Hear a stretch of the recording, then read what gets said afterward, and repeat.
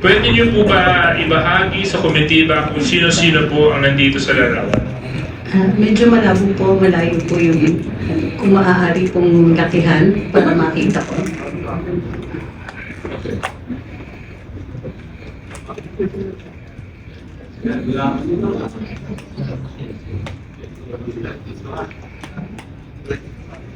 Pwede naman po kayo lumapit dito, Miss Angeles.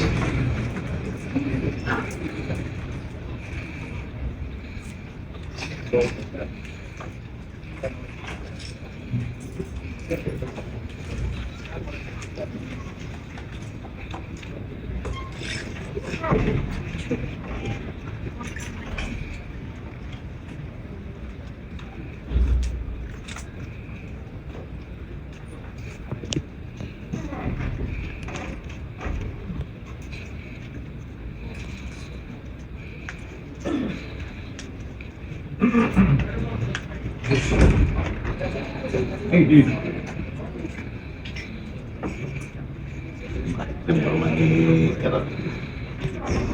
Hindi ko na po maalala yung pangalan ng iba kasi it's been some time. At hindi po kami Yeah. So, ang lahat ko lang yan, si Ms. Pia Morato, she's a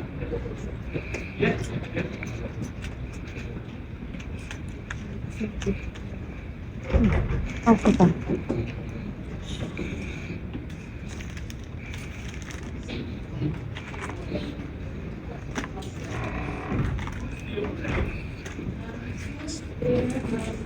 journalist and information officer.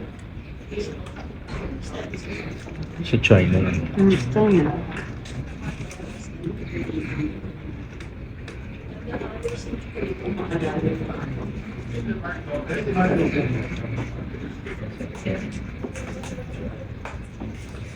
Hindi ba si Grisette, di ba? Kasama si Grisette yan. Siya si Mark Lopez. At si MJ kasama din ba? Si MJ kasama din. Sila ng MJ. Oo nga. Okay. Pati si Thank you very much. Can you more or less tell us, Ms. Cruz, when was this seminar, where and when was it held?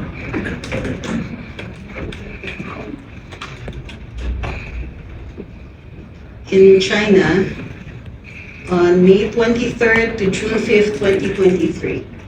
So 2023. Yes. So again, what dates? May 23rd to June 5th, 2023. So ilang araw po kayo sa China, Ms. Cruz? Mahina po ako sa math, but from May 23rd to June 5th, I assume that's about roughly about 12 days, 12 days, so more or less around 2 weeks. more or less. Yeah. And this seminar, was it sponsored or did you have to pay for your seminar fees? This was sponsored. So, ang nagbayad po nito ay yung state of China, Yes, sir. China government. Ang nagbayad sa inyo, Yes, sir. sa travel ninyo, sa stay ninyo, at sa seminar. Paano po ba kayo naimbitahan para maging bahagi ng seminar? Through the Chinese embassy. Through the Chinese embassy. Pinili po kayo ng Chinese embassy. They conduct these regularly, I understand. There are others who are also invited from the mainstream media. Pero hindi po kami magkasabay that time. So, I understand that this is conducted regularly. I think yearly, I'm not sure though. So it is a state-funded program by China where they invite media practitioners such as yourself. Am I correct? I think this is one of those times where they've invited vloggers. Okay, bloggers, yes. And can you more or less share with us what was the nature of the seminar? Oh, they introduced new techniques in social media, such as short-form social media, how to take them. A lot of them were technical, emerging issues, but they also give a background on China. And I'm sorry, that's all that I can recall. Okay. So, more or less, kulang-kulang isang linggo po kayo doon, no? Maayos Dalawa. naman po ang... Kulang-kulang ng 2 linggo. Kulang-kulang na 2 linggo, sorry. Maayos naman po ang pagtrato sa inyo ng bansang China habang nandun kayo. Maganda yung hotel, maganda yung Hindi accommodations. po siya hotel. Oh, it was in the hotel. Hindi po hotel, dorm po. Dorm. Okay. So was this the first time that your group participated in such a seminar? I don't know about your group, sir. Oh, sorry. I mean the group that you were with. Ngayon ko lang po sila nakasabay. So you've been there before? Yes, sir. There is a cultural exchange agreement between China and the Philippines since 1970s. Okay. I was in Xi'an for an archaeological seminar, part of our cultural exchange agreement because I'm an archaeologist. So, si Mr. Mark Lopez, kayo po ay naging bahagi din ng seminar, tama? Tama po. Oo. Naka-ilang bisita na po kayo o naka-ilang seminar na po kayo dito sa state-funded activity ng China? Sir, yan lang po yung na-attendan ko po. Again. Yan lang po ang na-attendan ko. Ito lang po yung nadaluhan ninyo. Yes, sir. Sir, pa-correct lang po. Yung punta ko sa Xi'an, sa conference Yeah. on cultural property. Would you think that the seminar that you attended affected your perspective or the work that you do?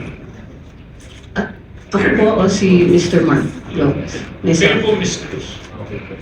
Kasi yun naman po yung layunin ng mga seminars, di ba? Para mas palawakin ang inyong pag-unawa, mas pagalingin kayo sa trabaho na ginagampanan ninyo. So sa palagay niyo po ba nakatulong ang mga seminars na ito sa trabaho ginagampanan ninyo? Abogado po ako at isang dalubhasa, I think, sa cultural conservation. So yung seminar, it includes a history of China, which also includes an understanding of the area. Matagal ko na pong napag-aralan yun. So medyo, yung iba doon, yung ulit na. Pero ang bago ay yung short form, yung pagturo nila ng short form type of video, which is a parang technical na seminar yun, na tinuturuan kung paano gumamit ng ibang mga platforms at yung pagturo ng appreciation ng short form. Ang short form po, yun po yung mga reels, yung mga TikTok, at saka yung 1-minute videos ng YouTube. At I'm sure yung na-gain ninyo at napakinabangan po ninyo additional knowledge is the same with those of those other participants in the seminar. Am I true to understand that, Mr. Lopez? Am I correct to understand that? Mr. Chair, yung aking pong takeaway dun po sa seminar na yun is that it's just an appreciation po how China media works. And from the other participants in today's hearing, were there other individuals there? Kayo po. Okay. Hindi ko po kasi kayo nakilala sa litrato. Sino po kayo? Have you taken your oath?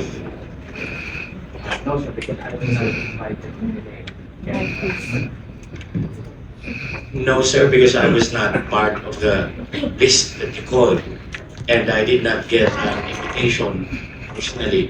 But I came here because I was issued a show cause order for the past hearing that I could not attend because I was in Davao City, in Tacom City, and I came here just to submit that and be with my partner. My partner is at Kids Cruz Angeles. We are Luminous, the Facebook page and the YouTube page. So you mentioned that you're partners? Law partners and also on the blogs or on the Facebook and YouTube page. So abogado po kayo? Yes, sir. Okay, so kayo po ay nandun din po sa seminar? Yes, sir. Okay, ano pong pangalan nila? Ahmed Pagirawan. Okay, thank you very much. So anyway, that's all I have to ask Mr. Chair. No? So thank you very much. At least inamin po ng ating resource persons na nakinabang po sila dun sa state-sponsored seminar. Mas naintindihan nila yung paggamit ng mga reels, ng mga threads, ng mga short videos. Ang pakiusap ko lang, sana itong dagdag kakayahan na naibahagi po nila sa inyo ay magamit niyo po para sa kapakinabangan ng bansang Pilipinas.